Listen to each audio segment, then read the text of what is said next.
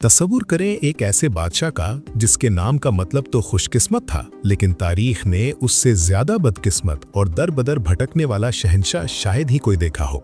एक ऐसा बादशाह जिसने अपने बाप की खड़ी की हुई अजीमुशान सल्तनत अपने ही हाथों से खो दी, जो ताजो तख्त छोड़कर रेगिस्तानों में पानी के एक घूंट के लिए तरसता रहा और जिसके सगे भाइयों ने उसके सर की कीमत लगा दी।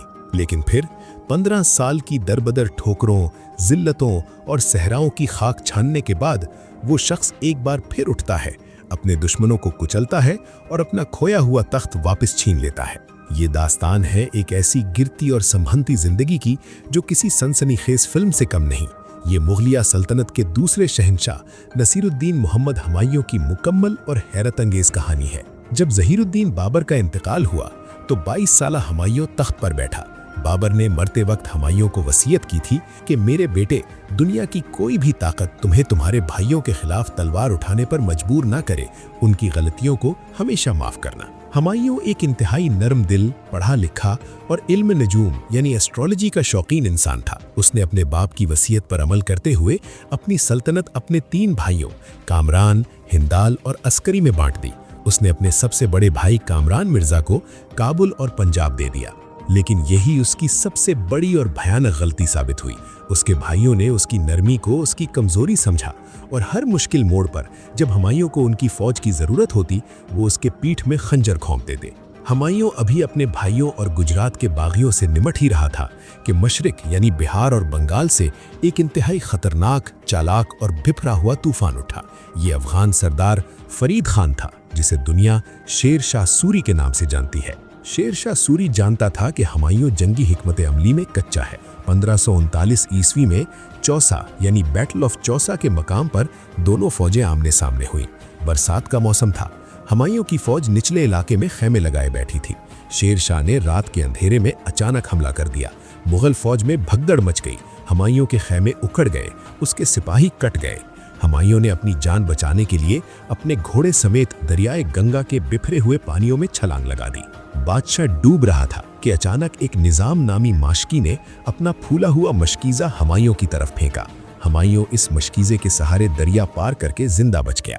कहा जाता है कि जब हुमायूं को दोबारा तख्त मिला तो उसने इस माशकी को इनाम के तौर पर एक दिन के लिए हिंदुस्तान का बादशाह बना दिया था। हुमायूं आगरा वापस पहुंचा और उसने अपने भाइयों से मदद मांगी, लेकिन कामरान मिर्जा अपनी 20,000 की ताज़ा दम फौज लेकर हुमायूं को मरने के लिए छोड़कर लाहौर चला गया। 1540 में शेर शाह सूरी ने आगरा की तरफ मार्च किया और कन्नौज के मैदान में हुमायूं को ऐसी इबरतनाक शिकस्त दी कि मुगलिया सल्तनत का हिंदुस्तान से सफाया हो गया। शेर शाह सूरी ने दिल्ली के तख्त पर कब्जा कर लिया। हुमायूं, जो कल तक हिंदुस्तान का शहंशाह था, आज एक भगोड़ा बन चुका था। वो आगरा से लाहौर और लाहौर से सिंध और राजस्थान के तपते हुए सहराओं की तरफ भागा। ये हुमायूं की जिंदगी का सबसे दर्दनाक हिस्सा था। वो अपनी हामिला बीवी हमीदा बानो बेगम और चंद दर्जन वफादार साथियों के साथ सिंध और राजपुताना के रेगिस्तानों में भटक रहा था। गर्मी का मौसम था, पीने का पानी खत्म हो चुका था। लोग प्यास से पागल होकर घोड़ों का खून पी रहे थे। उसके अपने सगे भाइयों कामरान और अस्करी ने उसे पनाह देने के बजाय उसे गिरफ्तार करने के लिए फौजें भेजी। इसी दरबदरी और खौफ के साये में सिंध के एक छोटे से किले उमरकोट में हमीदा बानो के यहाँ एक बेटा पैदा हुआ। हुमायूं के पास खुशी मनाने के लिए सोना चांदी तो दूर की बात थी, कुछ भी नहीं था। उसने एक कस्तूरी निकाली, उसके छोटे छोटे टुकड़े किए और अपने साथियों में बांटकर दुआ की कि या अल्लाह, जैसे इस कस्तूरी की खुशबू इस खैमे में फैल गई है, मेरे इस बेटे का नाम और शोहरत भी एक दिन पूरी दुनिया में ऐसे ही फैल जाए। इस बच्चे का नाम जलालुद्दीन मोहम्मद अकबर रखा गया, जो बाद में मुगलिया तारीख का सबसे अजीम शहंशाह बना। अपने भाइयों की खयानतों से तंग आकर हुमायूं ने हिंदुस्तान को हमेशा के लिए छोड़ दिया और 1544 ईस्वी में सर्दियों के मौसम में बर्फीले पहाड़ पार करके ईरान यानी सफवी एम्पायर के बादशाह शाह तहमास्प के दरबार में पनाह ली। ये एक मुगल शहंशाह के लिए इंतहाई जिल्लत अमेज वक्त था। शाह तहमास्प एक कट्टर शिया हुक्मरान था। उसने हुमायूं को फौज देने की शर्त ये रखी कि हुमायूं को शिया अकीदा अपनाना पड़ेगा और कंधार फतह करके ईरान के हवाले करना होगा। बेबस हुमायूं को तख्त वापस लेने के लिए ये तमाम शराइत माननी पड़ी। ईरान के शाह ने उसे 12,000 की एक इंतहाई तरबियत याफ्ता फौज दी। अब हुमायूं का इंतकाम शुरू होने वाला था। हिंदुस्तान जाने से पहले हुमायूं को अपने गद्दार भाइयों से निमटना था। उसने कंधार और काबुल पर हमला किया। कई सालों तक भाइयों के दरमियान एक खूनी जंग चलती रही। کامران مرزا نے کئی بار دھوکہ دیا، یہاں تک کہ ایک بار اس نے قمص اکبر کو گلے کی فصیل پر لٹکا دیا تاکہ ہمایوں توپیں نہ چلا سکے۔ آخرکار ہمایوں نے کامران کو گرفتار کر لیا۔ عمرا نے مطالبہ کیا کہ کامران کو موت کے گھاٹ اتارا جائے، لیکن ہمایوں کو اپنے باپ بابر کی وصیت یاد آ گئی کہ بھائیوں کو قتل مت کرنا۔ ہمایوں نے اسے جان سے تو نہیں مارا، لیکن اس نے حکم دیا کہ کامران کی آنکھوں میں گرم سلاحیاں پھیر دی جائیں تاکہ وہ دوبارہ کبھی تخت کا دعویٰ نہ کر سکے۔ اندھا کامران حج کے لیے مکہ بھیج دیا گیا، جہاں اس کا انتقال ہو گیا۔ اسی دوران ہندوستان میں شیر شاہ سوری کا انتقال ہو چکا تھا اور اس کے جانشین آپس میں لڑ کر سلطنت سور کو کمزور کر چکے تھے۔ 1555 عیسوی میں ہمایوں نے ایک بار پھر ہندوستان پر حملہ کیا۔